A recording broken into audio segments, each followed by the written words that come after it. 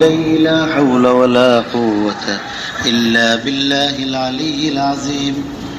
أستغفر الله الذي لا إله إلا هو الحي القيوم وأتوب إليه. لا حول ولا قوة إلا بالله العلي العظيم. أستغفر الله الذي لا إله إلا هو الحي القيوم وأتوب إليه.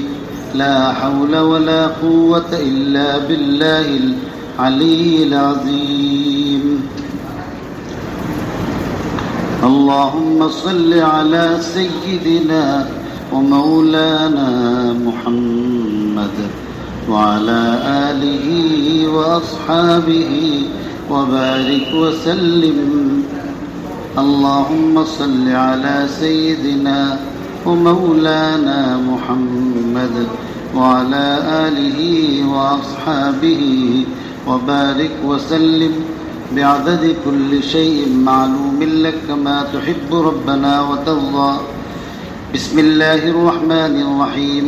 عن عبادة بن الصامت رضي الله تعالى عنه أنه سأل رسول الله صلى الله عليه وسلم عن ليلة القدر فقال في رمضان في العشرة الأواخر، فإنها في ليلة وتر في 21 أو 23 أو 25 أو 27 أو 29 أو آخر ليلة من رمضان. من قامها إيمانا واحتسابا غفر له ما تقدم من ذنبه. ومن أماراتها أنها ليلة بلجة صافية ساكنة ساجية لا حارة ولا باردة كأن فيها قمرا ساطعا، ولا يحل لنجم أن يرمى به تلك الليلة حتى الصباح. ومن أماراتها أن الشمس تطلع صبيحتها لا شعاع لها مستوية كأنها القمر ليلة البدر. وحرم الله على الشيطان أن يخرج معها يومئذ.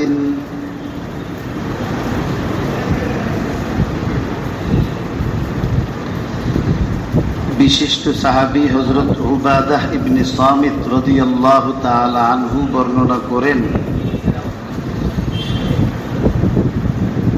যে তিনি নিজেই রাসূল করিম সাল্লাল্লাহু আলাইহি ওয়াসাল্লামকে লাইলাতুল কদর কখন অনুষ্ঠিত হয় এই সম্পর্কে জিজ্ঞাসা করেছিলেন, প্রশ্ন করছেন।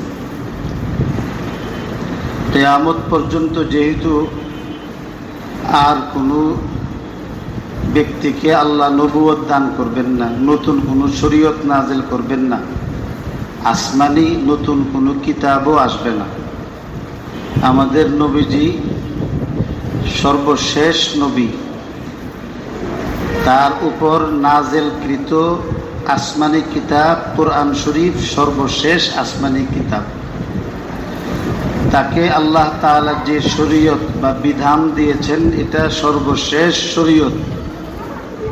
এই শরীয়তের পরে আর কোনো শরীয়ত নাই, এই উম্মতের পরেও আর কোনো উম্মতি নেই। এই জন্যে কিয়ামত পর্যন্ত মানুষের যত ধরনের সমস্যা হইতে পারে, জরুরত হইতে পারে, মানুষের যত প্রশ্ন থাকতে পারে, এই সব প্রশ্নের পরিবেশ আল্লাহ তাআলা আল্লাহর রসুলের দুনিয়া থেকে যাওয়ার আগেই এই পরিবেশ সৃষ্টি করে এই সবগুলির উত্তর সমাধান আল্লাহর রসুলের দুনিয়া থেকে যাওয়ার আগেই আল্লাহর রসুলের মাধ্যমে পরিষ্কারভাবে দিয়ে গেছে।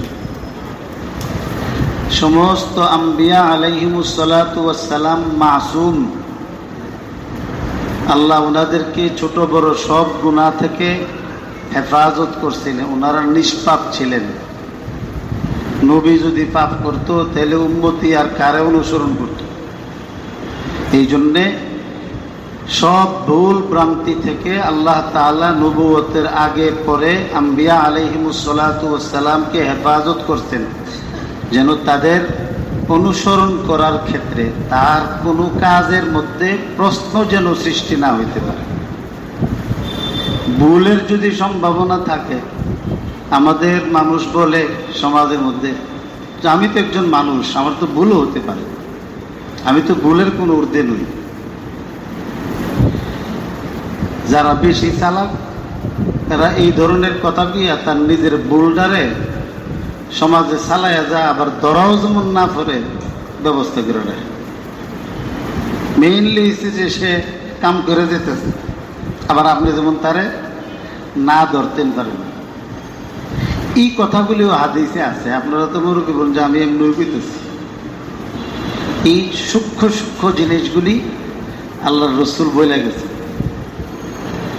অনেকেই দেখবেন আপত্তি করে কারোর কাজের মধ্যে, যে আপনি যে এই কাজটা করছেন মানুষে এটা কি বলবে, মানুষের দৃষ্টিতে এটা ভালো না, সমাজ এটা গ্রহণ করবে না, বলে না কথা। আল্লাহর রসুল ফরমান যে পৃথিবীতে এর চেয়ে বড় আর কোনো মিথ্যা নাই। মিথ্যার মধ্যে সবচেয়ে বড় মিথ্যা হইল ইন্না আকযাবাল কিযবি আইয়াকুল আর-রাজুলু ইয়াকুলুন নাস। যে দুনিয়ার মধ্যে সবচেয়ে বড় মিথ্যা হলো যে মানুষে কইব এই কথা কইয়া আপত্তি করে। কেন? আসলে মানুষের আপত্তি থাকলে তো মানুষই কইতো, তো আপনি কোন করেন? আপনি মানুষের ঠিকাদারি লইতে, এটা হলো কৌশল তার। মানে সে আপনাকে আপত্তিও করবে, প্রশ্নও করবে, আর বন্দুকটা মানুষের কান্দের মধ্যে রাখবে।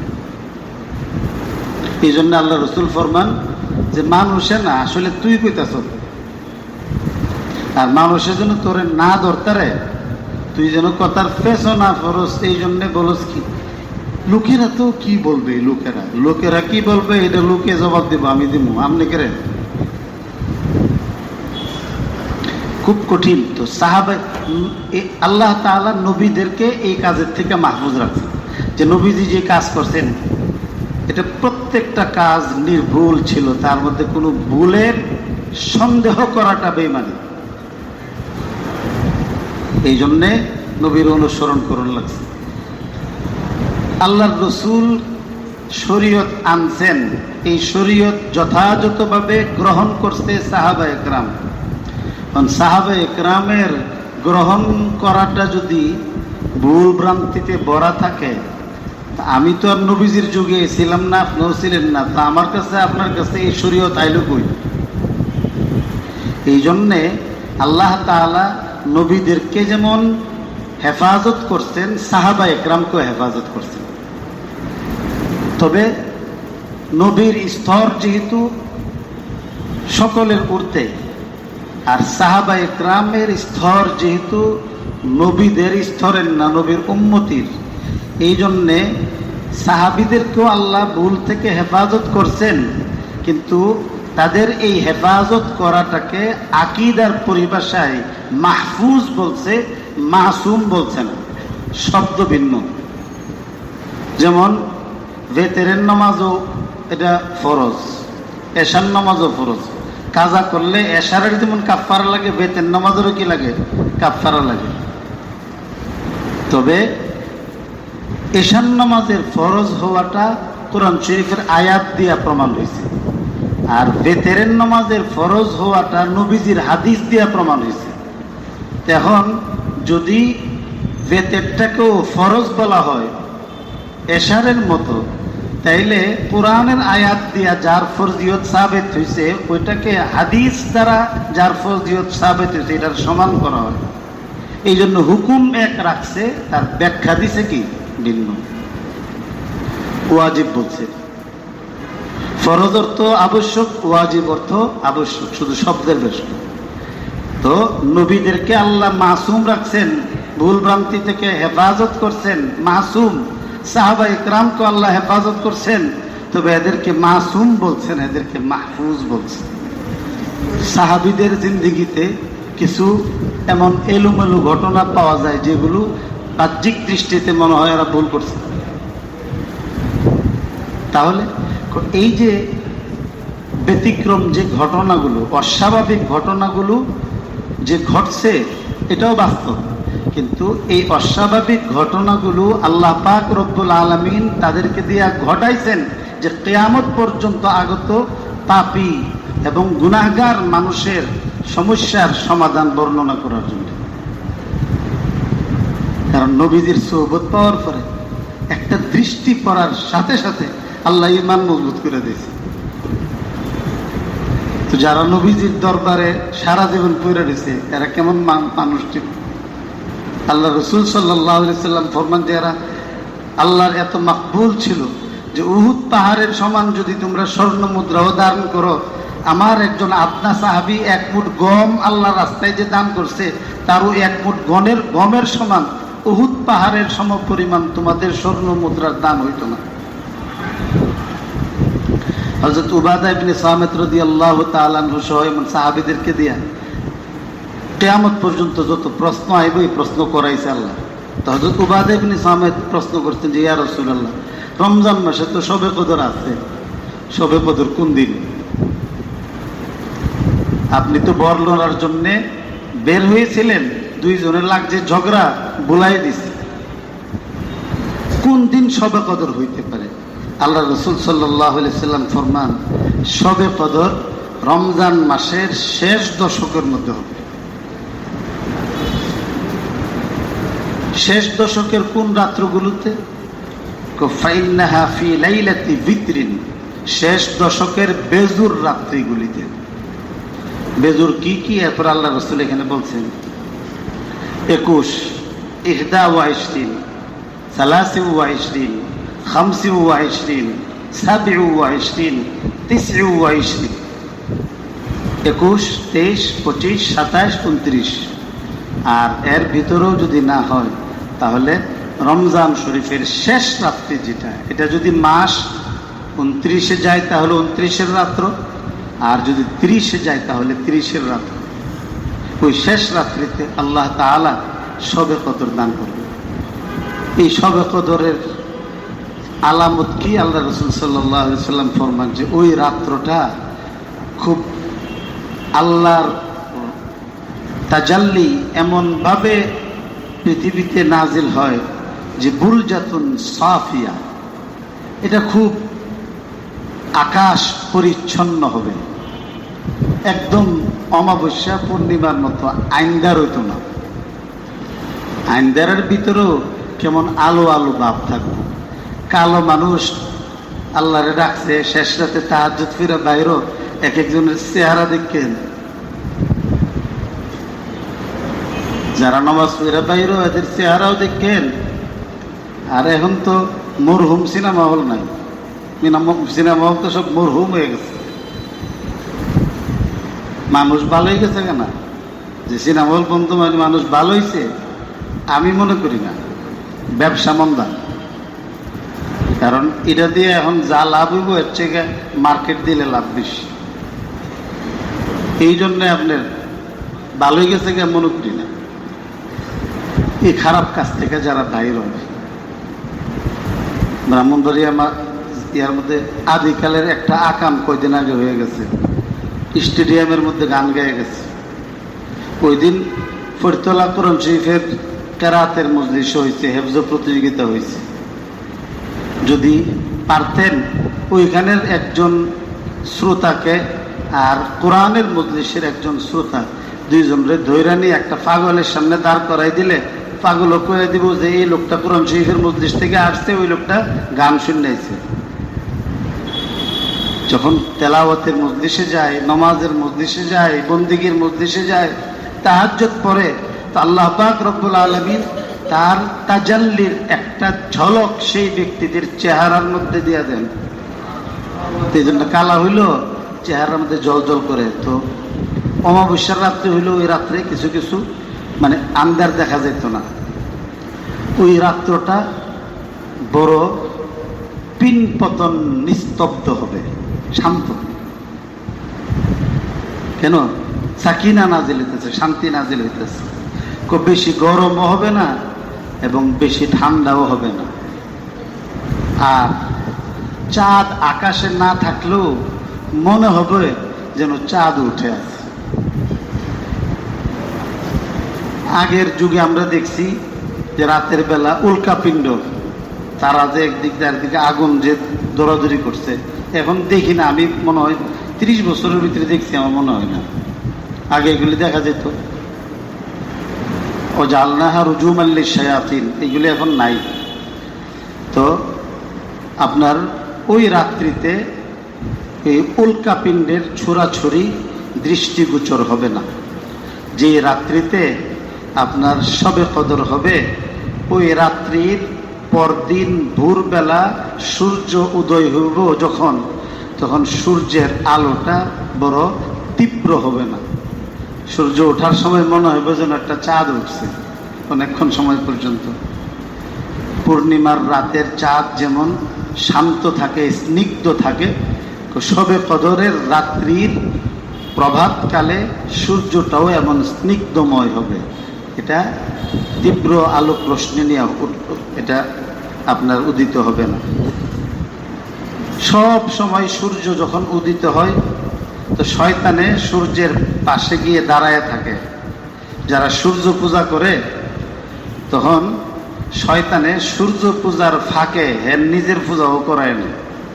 কিন্তু শবে কদরের রাত্রিতে ফেরেশতা এবং আল্লাহর বিশেষ মেহেরবানির কারণে শয়তানে যারা সূর্যের পূজা করে, ওই দিনও শয়তানের পূজা করতে পারবে। আল্লাহ হেফাজত করে। শবে কদর যে রাত্রিতে হবে, ওই রাত্রিতে হালকা বৃষ্টিপাত হওয়ারও সম্ভাবনা থাকে। আর আসল কথা হইল, আল্লাহ রসুল সাল্লাল্লাহু আলাইহি সাল্লাম এগুলি আগে বলছেন যেন শবে কদর কোনো ইমানদার ব্যক্তির না ছুটে, বন্দিগির মাধ্যমে যেন এই রাত্রটাকে কাজে লাগাইতে পারে। যারা 5 ওয়াক্তের নামাজ পড়ে, মাগরিবের নামাজ পড়ে, ঈশার নামাজ পড়ে, যারা ফজরের নামাজ পড়ে, এরা যদি তারাবির নামাজ পড়ে, তাহাজ্জুদের নামাজ যদি নাও পড়ে, ওই ব্যক্তিদের শবে কদর মিস হয় না। আব্বাজি এখান থেকে এটা বলছেন। কারণ আরবিতে সূর্য ডুবার পর থেকে রাত্র আরম্ভ হয়। কাজেই আজকে যদি শবে কদর হয়ে থাকে, তাহলে আমরা কিন্তু মাগরিবের নামাজ পড়ছি শবে কদরের, এশা পড়ছি শবে কদরের, তারাবি পড়ছি শবে কদরের, বেতের পড়ছি শবে কদরের। এরপর আল্লাহ তাআলা যাদেরকে ইতিকাফ করার মহা সৌভাগ্য দিয়েছেন, তারা তো মসজিদের মধ্যেই রয়েছেন। সারা রাত্র তেলাওয়াত করব, তাসবিহ আদায় করব, বন্দেগী করব, জিকির করব। আবার যদি কিচ্ছু নাও করে, মসজিদের মধ্যে অবস্থান করে আরেক নমাজের ইন্তজার করা, এটাও আরেকটা নমাজ। তাহাজ্জুদ করব, তারা কত বড় সৌভাগ্যবান। হযরতে আয়েশা সিদ্দিকা রাদিয়াল্লাহু তাআলা আনহা নবীজিকে জিজ্ঞাসা করছেন, ইয়া রাসূলুল্লাহ, আমি যদি সুনির্দিষ্টভাবে জানতে পারি শবে কদর আজকেই, তাহলে আমি কি দোয়া করতে পারি? আল্লাহ রাসূল সাল্লাল্লাহু আলাইহি ওয়াসাল্লাম ছোট্ট একটা দোয়া শিখিয়ে দিয়েছে। বলবো যে আল্লাহুম্মা ইন্নাকা আফুউন কারীম তুহিব্বুল আফওয়া ফাআফু আননি। ছোট্ট দোয়া শিখিয়ে দিয়েছে। আল্লাহরে পাইবার জন্যে আটলান্টিক আর প্রশান্ত মহাসাগর হাতড়াইয়া যাওয়ার লাগে না। আল্লাহ কাছেই আজকে নামাজের মধ্যে পড়ছি, ওয়া নাহনু আকরাবু ইলাইহি মিন হাবলিল ওয়ারিদ। যে আমি আমার যতটা না কাছে, আমাকে সৃষ্টি করছেন যে আল্লাহ, আল্লাহ এর চেয়ে আরো বেশি কাছে। আল্লাহ আমাকে, আমাদের সবাইকে আল্লাহর এই নিয়ামত গ্রহণ করার তৌফিক দান।